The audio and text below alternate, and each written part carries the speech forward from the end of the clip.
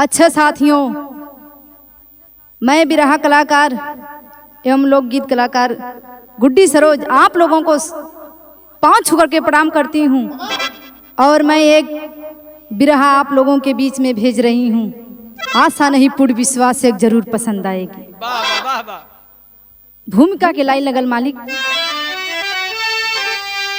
निकली निकेतन से कातिल गरीबी, जख्मों सहित ताज सर पे सजाएं, बजी सहनाई आक्रांति मचने लगी, थी खड़ी श्रृंखला से लहू से नहाए, शर्मो हया का वो पर्दा उठाकर अरे ठोकर है मारी जहर को पिलाएं, है नमन है गरीबी फिर भी तुझे तेज तर्राक तूने जो सपना दिखाया।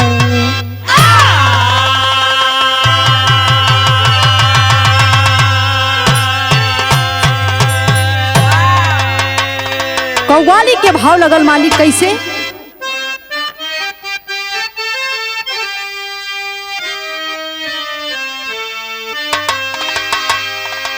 ए हमरे छोटू भैया, ये कोनो प्रेमिका और प्रेमी और प्रेमिका के मैटर बा।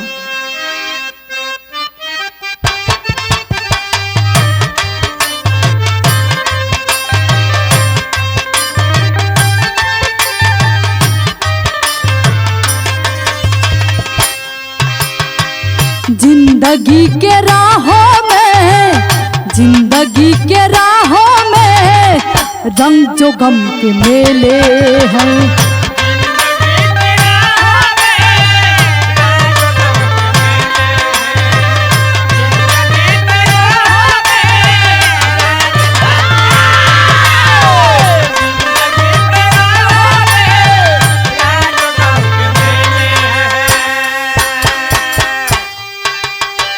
जिंदगी के राहों में रंग जो गम के मेले हैं,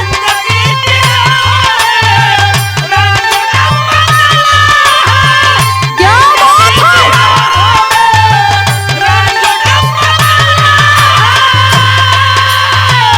भीड़ है कयामत की, भीड़ है कयामत की, फिर भी हम अकेले हैं।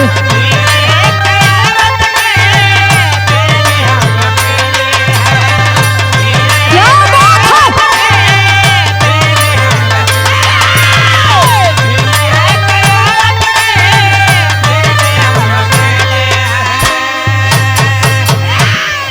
बाहरे मालिक तेरी अजब की लीला है। भाव बा कैसे मालिक?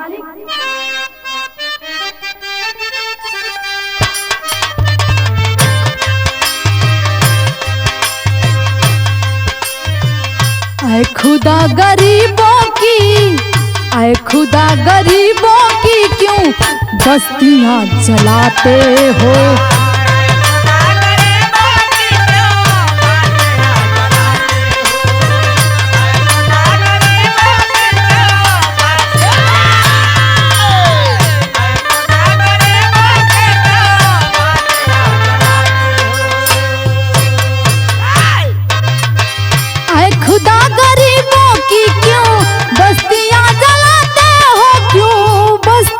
जलाते हो, किसी को हंसाते हो, किसी को हंसाते हो, किसी को रुलाते हो।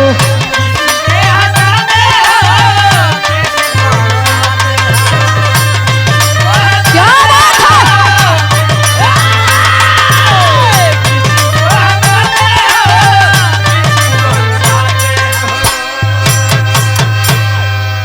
कहानी हमारे यहीं से स्टार्ट भइल बा। कहानी के लाइन बा कैसे मालिक? क्या बात है।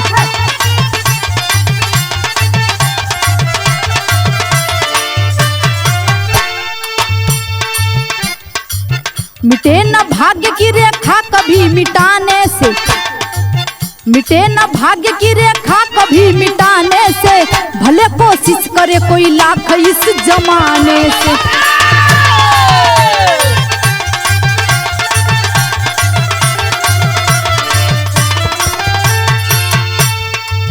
जिला हरिद्वार रामपुर की यह कहानी है, जिला हरिद्वार रामपुर की यह कहानी है, सुनने वालों के आंखों में आता पानी है।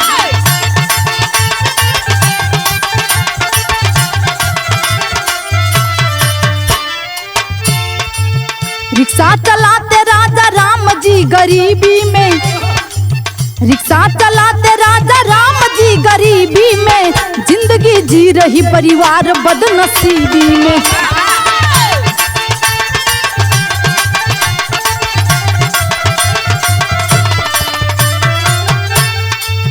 करण किशोर,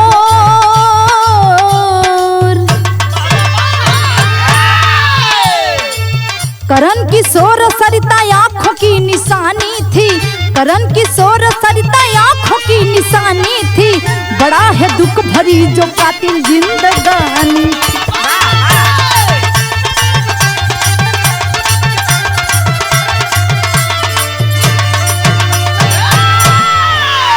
ए भैया, ई कहानी जिला हरिद्वारपुर के धरती से लिहल गईल बा। वहाँ के एगो गरीब किसान रहत रहले, बिरहा में नाम बतावल गईल राजा राम। परिवार की स्थिति बहुत खराब बा कि मालिक के कृपा भइल कि उनका गोदिया में 2 गो बेटवा एगो बेटिया जन्म लेहली। जब 2 गो बेटवा एगो बेटिया जन्म लेहली, बड़ा ही धूमधाम से गरीबी में समय बीतत बा। और बड़ा बेटा के नाम करण और छोटा बेटा के नाम किशोर, और एगो छोट का मासूम बच्ची रहल जेकर नाम बिरहा में बतावल गई सरिता। गरीबी का स्थिति बा, बारे मालिक तेरी अजब की लीला है, तूने भी कुछ रच दिया है। यही जन गीत लगल। कौन गीत लगल मालिक?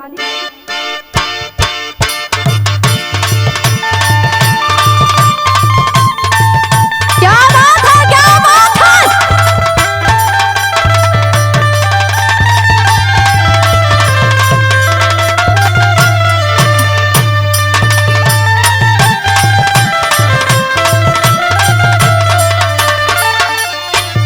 छोटू भैया, ई कौनो मन चला लड़का कहत बा, कौनो लड़की के रोड पे देख ले बा। अरे ऊपर के 32 नीचे के 36,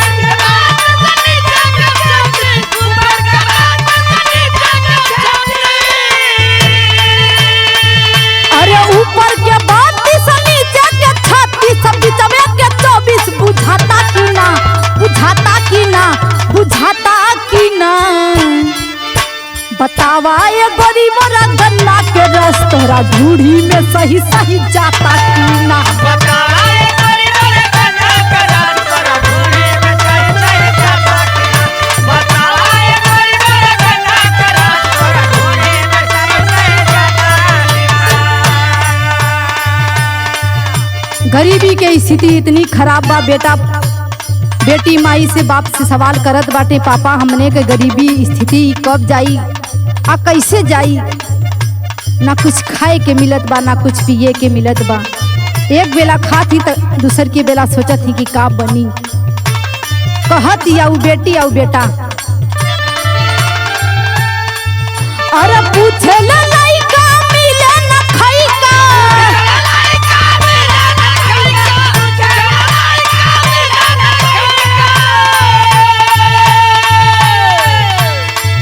अरे पूछे ले लइका मिले न खइका, अरे रोई रोई दिनवा बितावे ले हो, बितावे ले हो, बितावे ले हो। अरे कैसन विधान यही विधना के पापा, गरीबी के काहे सतावे ले हो।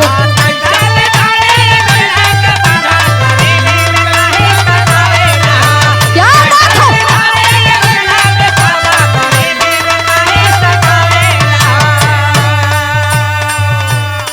बड़ा बेटा करण, छोटा बेटा किशोर, छोटी बेटी सरिता पापा मम्मी से सवाल करत बाटे, केहू भैया भूखा मरे, केहू भैया खाई।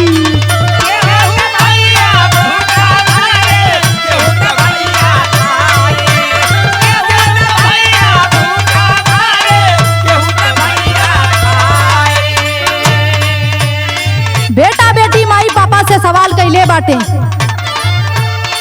हमनी के दिनवा ये पापा कैसे के ओराई। क्या बात है?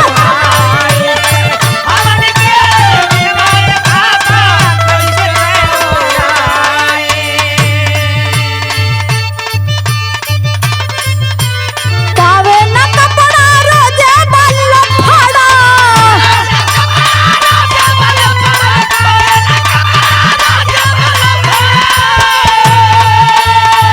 अरे पावे न कपड़ा रोजे बल्ल फाड़ा, गरीबी में दिनवा बितावेल हो, बितावेल हो, बितावेल हो। अरे कैसन विधान यही विधाना के पापा गरीबी के काहे सतावेल हो।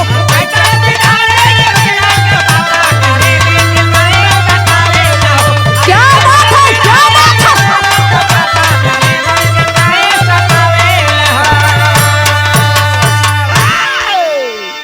बेटा बेटी माई पापा से सवाल कैले बाटे, पापा हमने के गरीबी कब जाई या कैसे जाई।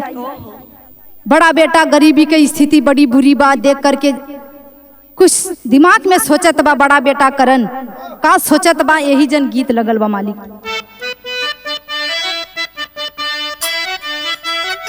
क्या बात है?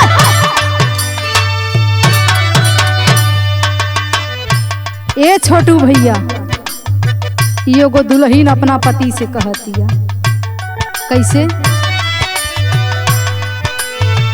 पिया परदेस गईले तार लागे टोपिया में।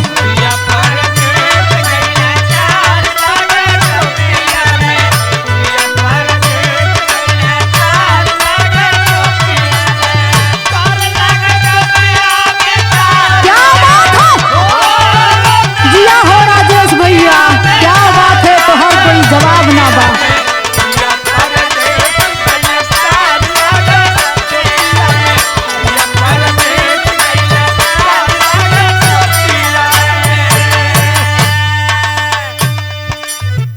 बिरहा के बतावे के ना बा, बिरहा खुदे साफ साफ झलकत बा शीशा के जैसे। भाव बा बिरहा में, रोवेला बचवा, रोवेला बचवा कुछ बोल दे तू माई हो।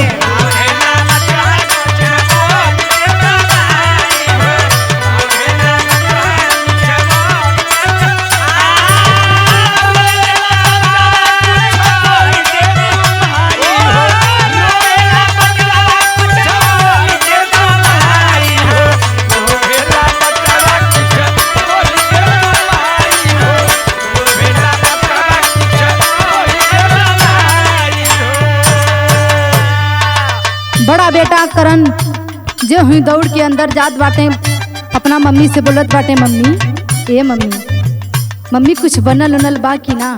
पापा बहरवा इंतजार करत बाटे। ए बाबू ए भैया लोगन, एक तो गरीबी सतावत बा और ऊपर बुढ़िया माई के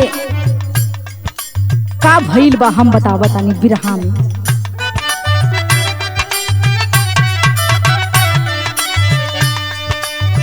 बोल दे तू माई, मुँह खोल दे तू माई हो।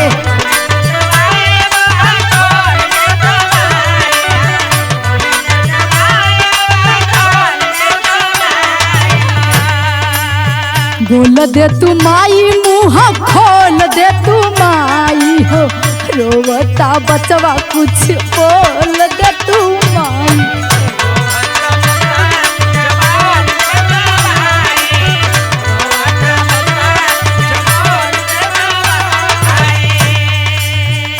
बुढ़िया माई के का भइल बा, जब बड़ा बेटा करण अंदर दौड़ के जाता है तो क्या होता है,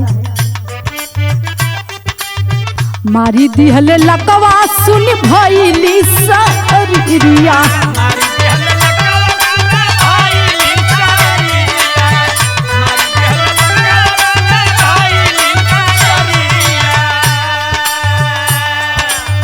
रोवे राजा राम जी का लिखल तकदीरिया।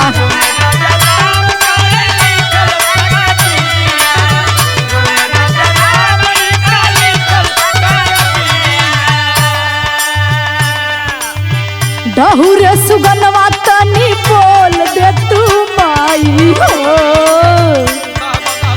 डहुर सुगनवा तनी बोल दे तू माई हो, रोवता बचवा कुछ बोल दे तू माई हो।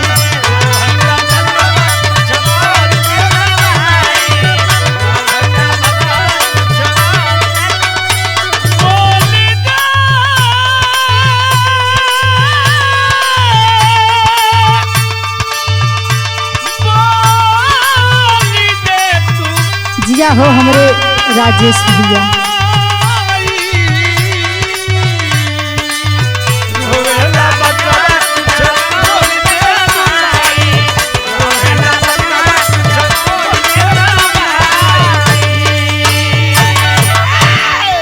बड़ा बेटा दौड़ के अंदर जाता है, माई के देखले बा त माई टाटी पर ओलर बाटी। जब ही माँ के छुअत बा, अपना मम्मी के छुअत बा, माई ए माई, माई का शरीर एकदम ठंडी हो गई, एकदम वही टाटी की हन गिरल पड़ल बाटी। बड़ा बेटा करण जा करके दौड़ के पापा से बोलता है, पापा पापा मम्मी कुछ बोलत ना बाटी, चला देखा मम्मी की का भइल बा पापा। राजा राम जी दौड़ के जाते हैं, देखते हैं तो उनका पत्नी के लकवा मार देले बा। और जब लकवा मार देले बा, ये भैया वाह रे मालिक तेरी क्या बढ़ाई करूं, किसी को देता है तो छप्पर फाड़ के देता है, किसी को तो ऐसे ही लेटा देता है। यही जन विदेशिया के भाव लगल मालिक।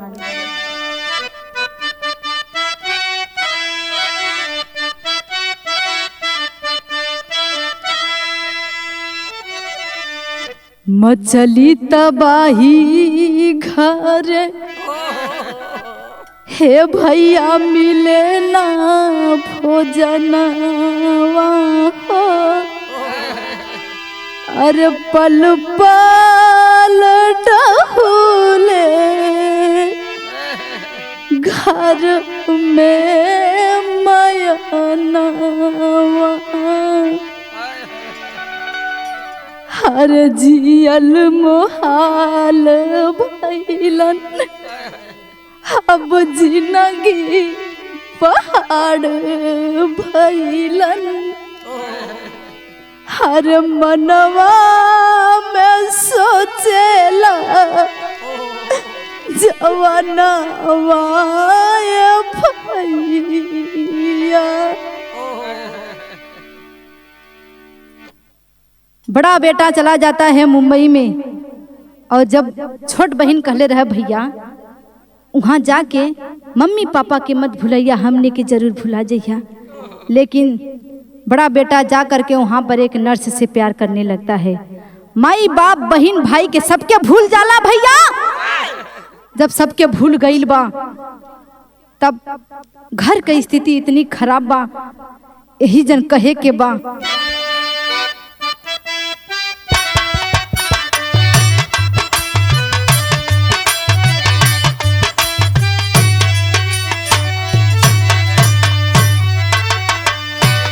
ए छोटू भैया, ई तो गीत रहल, लेकिन यही गीतिया से बढ़िया हमार कवि जी बिरहा में भाव लिखले बाटे। कैसे?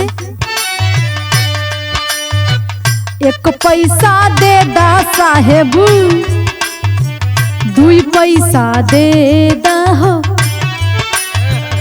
एक पैसा दे दा साहेबू, दुई पैसा दे दा हो, सुख रही पूरा परिवार हो।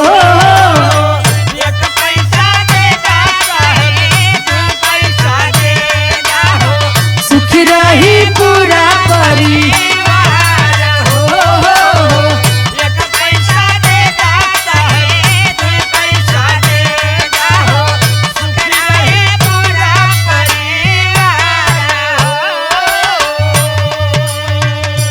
बड़ा बेटा किशोर और छोटा बेटा ए भैया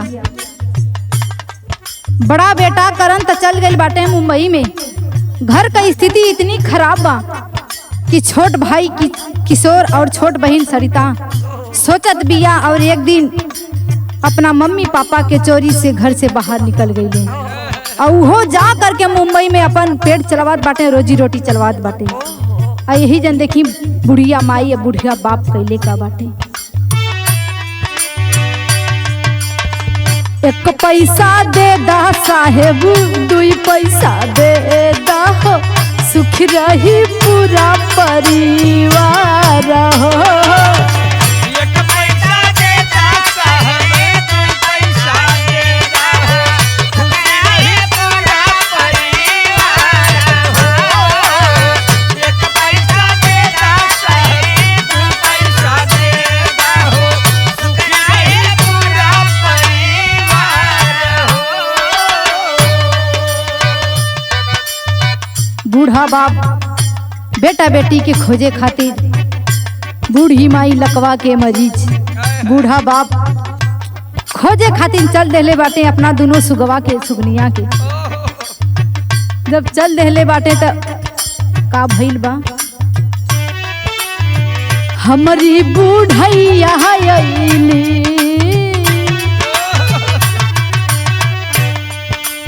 बूढ़ा बाप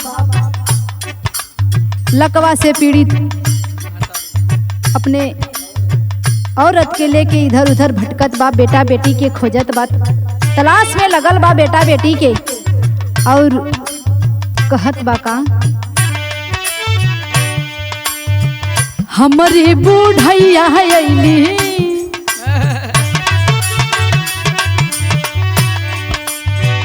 गड़बड़ समैया आइली,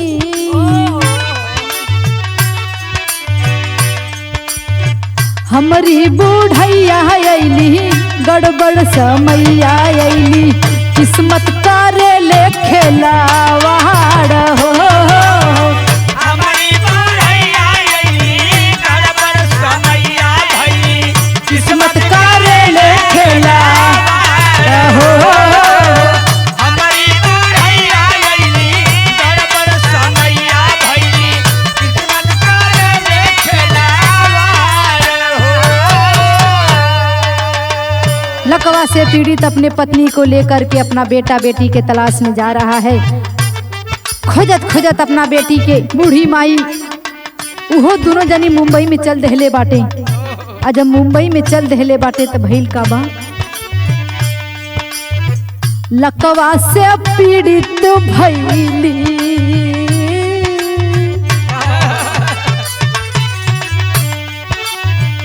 अरे हमारी गुजारिया हो।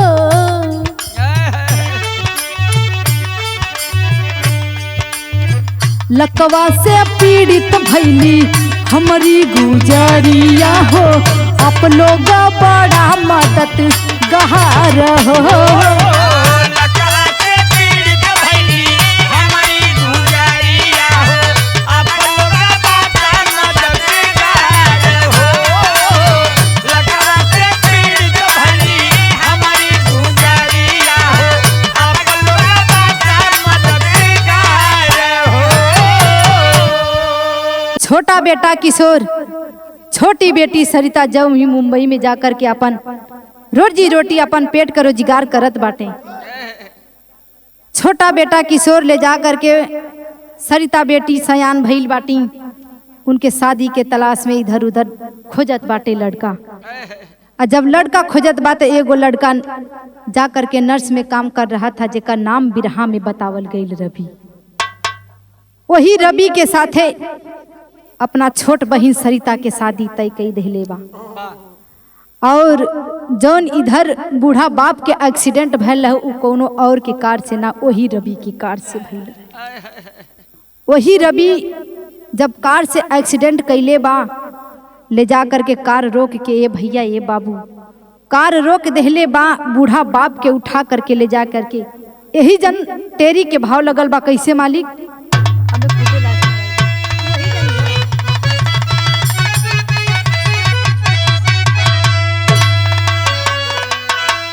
अब खुदा की अब खुदाई हिल गई, तो सरिता सिसक उठी जबली किस्मत अंगड़ाई, अरे अंगड़ाई।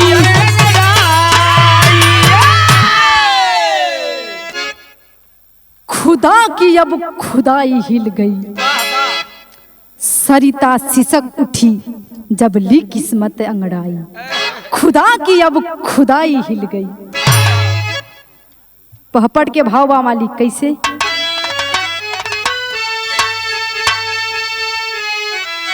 कहानी एकदम शीशा मतीन चमकत बिया, समझावे के जरूरत ना बा, कहे के बा पहपट के लाइन लगल बा। अरे बीच राह में देखन लागल मेला खेला विधना के, अरे तड़पे बुढ़वा रोड पे एक अकेला खेला विधना के।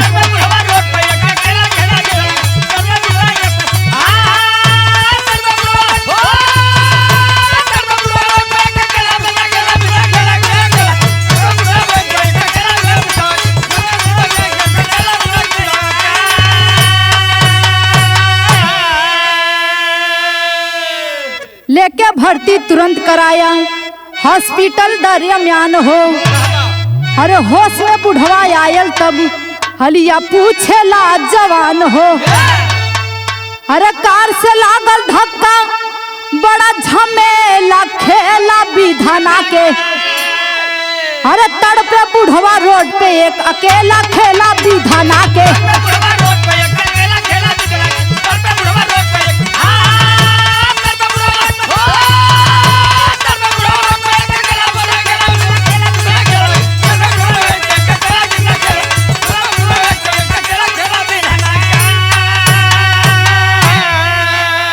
ए भैया, जो ही कार से एक्सीडेंट होता है वही जन बूढ़ा बाप छटपटाता। रवि कार को रोक करके आता है, उसको गोद में उठा करके ले जा करके हॉस्पिटल दरमियान में भर्ती कराता है। और जो ही जब बूढ़ा बाप हॉस्पिटल में भर्ती करौले बाद दवाई सुई कई देले बा, बूढ़ा बाप ठीक हो गई बा। और जब खटिया पर से उठत बात पूछत बा, अरे ई हम कहाँ हैं?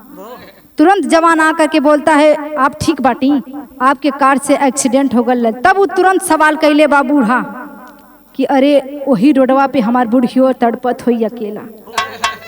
ए बाबू ए भैया, लकवा से पीड़ित बूढ़ी औरत उसी बीच राह पे तड़प रही है, कोई पूछने वाला नहीं है। तब जब वो बूढ़ा बाप को ले जा करके बूढ़ी औरत के यहाँ लेके जाता है, ए बाबू ए भैया लोगन, दोनों जनी के वही रवि जिसकी शादी सरिता से तय हुई रहती है, ले जा करके दोनों लोगों को घर पर बिठा देता है, अपना धर्म का माँ बाप मान लेता है। आल्हा के भाव बा कैसे मालिक?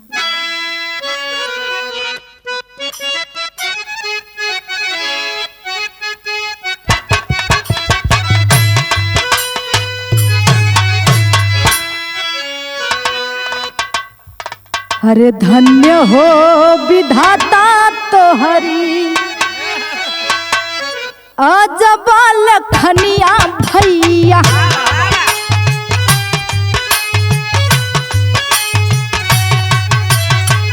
धन्य हो विधाता बाटे अजब खेलवा,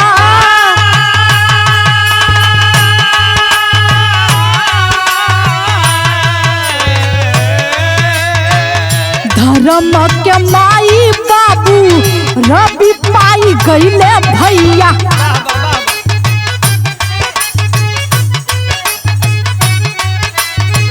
लेके चलाला बाटे घर के माझा,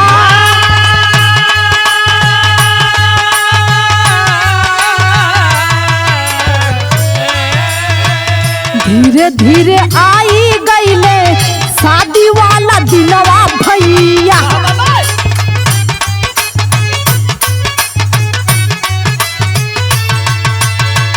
बांध के शहरवा पहुंचल किशोर के द्वार,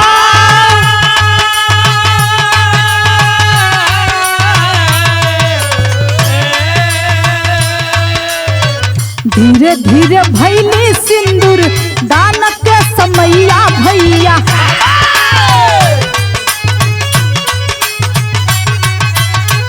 आई के दुआरे रुकल बाटी एक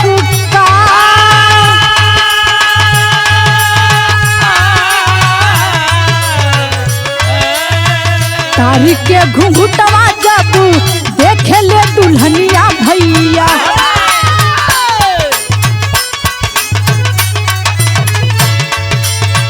गईली पहचान बाटे बिरना हो हब्बा।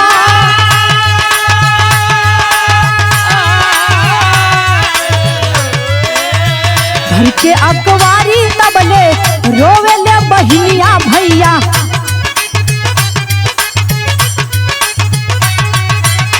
धन्य हो विधाता धन्य करनी बात तो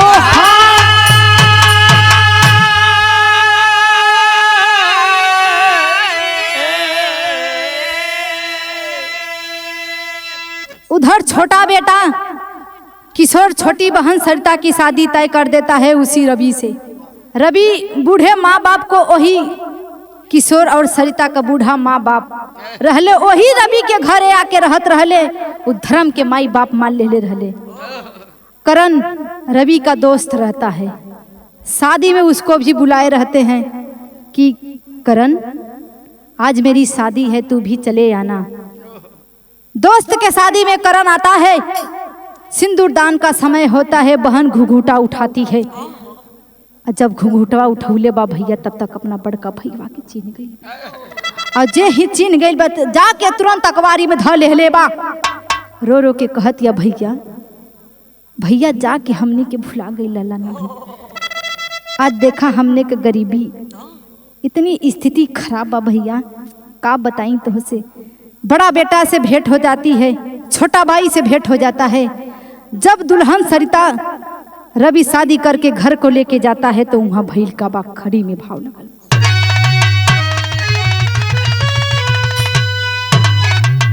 अरे दिल के सरिता बाबू से तब पूछेली बतिया तो देखी क्या माई का हलतिया हो फाटेले छतिया।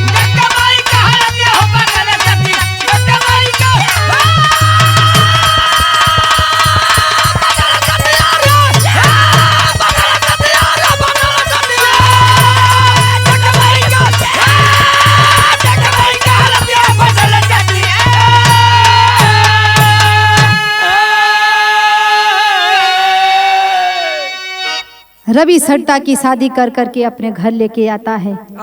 दोस्त तू शादी में तैयार गईला यही बहाने चला हमरे घरे हमरा धर्म के माई बाबू मिलल बाटे दोनों जनी से भेंट करला।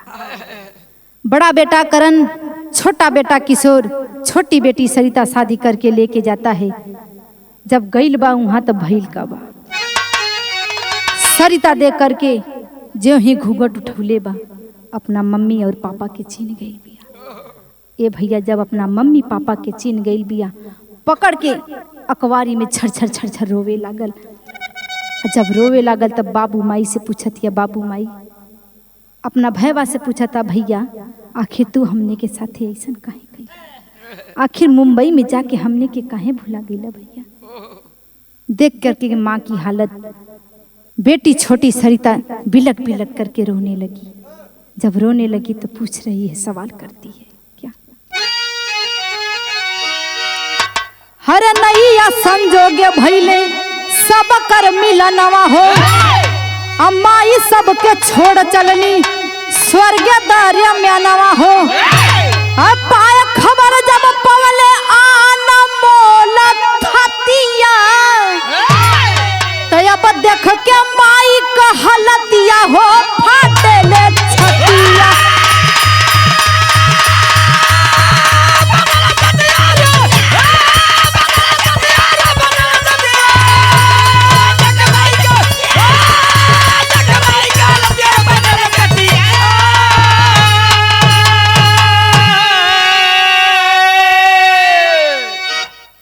छोटी बेटी सरिता जाकर के माँ को पकड़ के अखबारी में रोने लगती है। बाहरे मालिक राई से पर्वत और पर्वत से राई तू ही करता है। मालिक के कृपा भइल, पूरा परिवार मिल गइल, इकट्ठित हो गइल, झरझर झरझर रोवत बा। और जब रोवत बा छोटी बेटी सरता माई के पकड़ के अकवारी में रोवत बा। और जो ही अकवारिया में पकड़ के रोवत बा तब तक माई ये दुनिया के छोड़ के चल माई ये दुनिया के छोड़ के चल गईली। बूढ़ा बाप सोचत बा कि एगो बुढ़िया सहारा रहलिए, ओकर ये के देख के हम जियत रहनी, अब हमके के देखी, के हमार सहारा बनी। ये बाबू ये भैया लोगन, इतना सदमा देख करके बूढ़ा बाप भी दुनिया को इस संसार को छोड़ के चला जाता है आखिरी के बाद।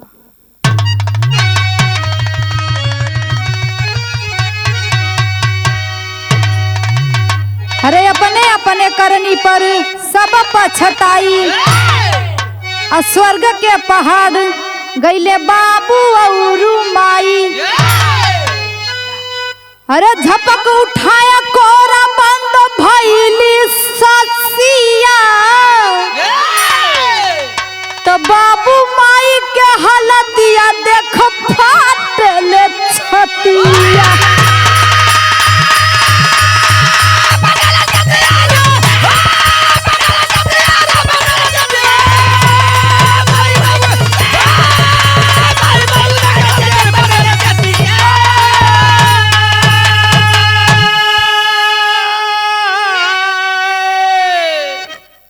बूढ़ी माँ बूढ़े बाप इस दुनिया इस संसार को छोड़ के चले जाते हैं। बिरहा के आखिरी समाप्ति बा, छाप बा गुरु घराने के पर्चे। गुरु बिहारी, गुरु गणेश, गुरु रामलाल मोरबा का। अरे स्वर्ग गए कवि चंद्रिका बेचन का बीजा पता का।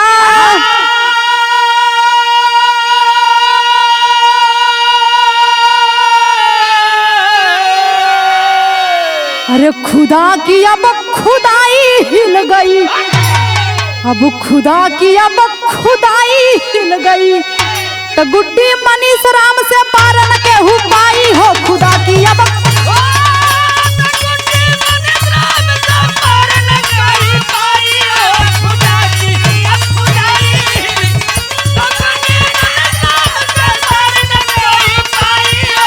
खुदा की